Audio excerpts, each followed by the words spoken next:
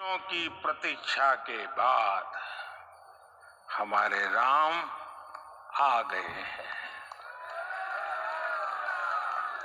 सदियों का अभूतपूर्व धैर्य, अनगिनत बलिदान, त्याग और तपस्या के बाद हमारे प्रभु राम आ गए हैं। इस शुभ घड़ी की आप सभी को, समस्त देशवासियों को बहुत बहुत बधाई। मैं अभी गर्भगृह में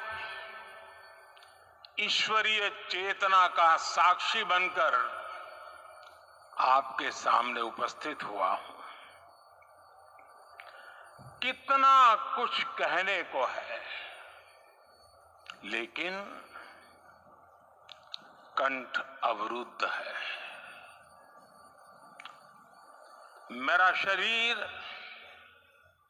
अभी भी स्पंदित है, चित्त अभी भी उस पल में लीन है।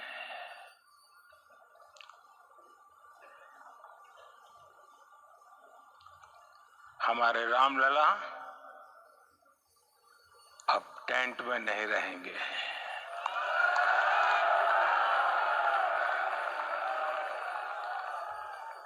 हमारे रामलला अब इस दिव्य मंदिर में रहेंगे।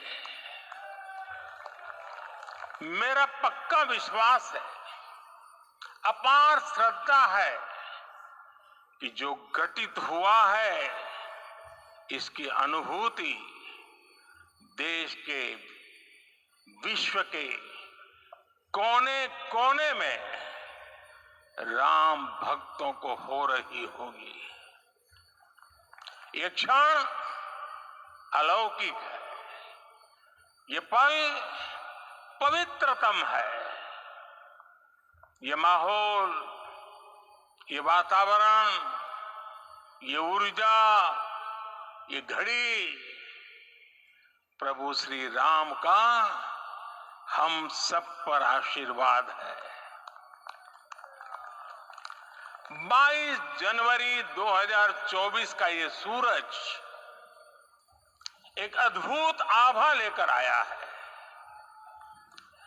22 जनवरी 2024 ये कैलेंडर पर लिखी एक तारीख नहीं, ये एक नए काल चक्र का उद्गम है।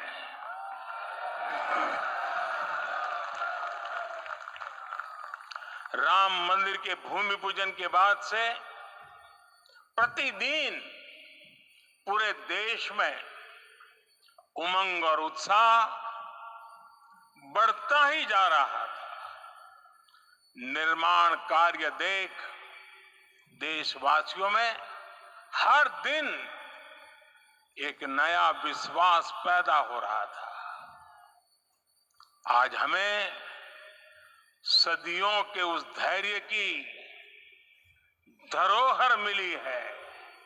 आज हमें श्री राम का मंदिर मिला है। गुलामी की मानसिकता को तोड़कर उठ खड़ा हो राष्ट्र। अतीत के हर दंश से हौसला लेता हुआ राष्ट्र ऐसे ही नव इतिहास का सृजन करता है। आज से 1000 साल बाद भी लोग आज की इस तारीख की, आज के इस पल की चर्चा करेंगे। और ये कितनी बड़ी राम कृपा है कि हम सब इस पल को जी रहे हैं, इसे साक्षात घटित होते देख रहे हैं। आज दिन, दिशाएं, दिग दिगंत सब दिव्यता से परिपूर्ण है। ये समय सामान्य समय नहीं है।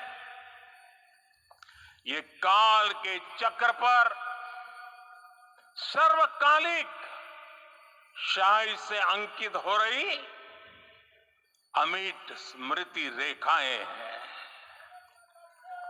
साथियों, हम सब जानते हैं कि जहां राम का काम होता है वहां पवन पुत्र हनुमान अवश्य विराजमान होते हैं।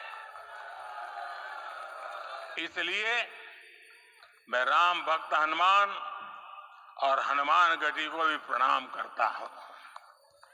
मैं माता जानकी, लक्ष्मण जी, भरत, शत्रुघ्न सबको नमन करता हूं।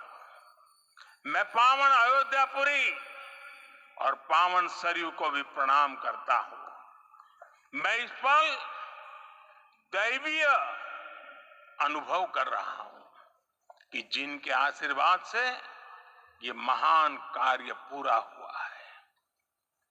वे दिव्य आत्माएं, वे दैवीय विभूतियां भी इस समय हमारे आसपास उपस्थित है। मैं इनसे भी दिव्य चेतनाओं को भी कृतज्ञता पूर्वक नमन करता हूं।